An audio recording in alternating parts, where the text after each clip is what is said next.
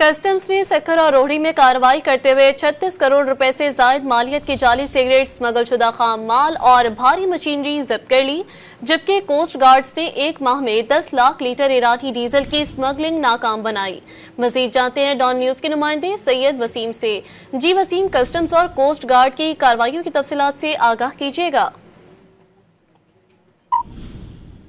جی بالترتیب دو کارروائیوں میں جو ہے وہ کسٹم اور کوسٹ گارڈ ہیں، انہوں نے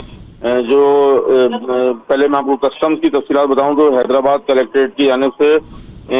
364 ملین روپے کی جعلی سگریٹ، اسمگل شدہ خام مال اور بھاری مشینری ضبط کی گئی ہے۔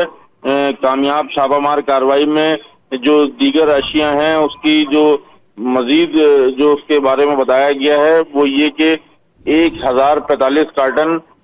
جو ہے وہ سگریٹ اور اس کے علاوہ 21,710 کلو گرام اسمگل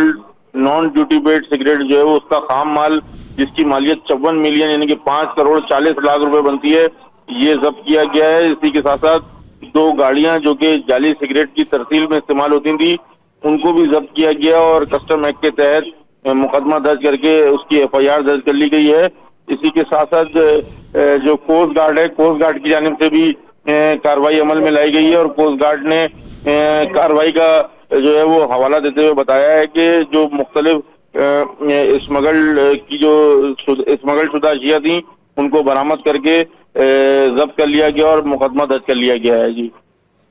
تفصیلات سے وسیم ہمیں آگاہ کر رہے تھے، شکریہ۔ کسٹمز نے سکھر اور روہڑی میں کارروائی کرتے ہوئے 36 کروڑ روپے سے زائد مالیت کی جعلی سگریٹس اور اسمگل شدہ خام مال، بھاری مشینری ضبط کر لی۔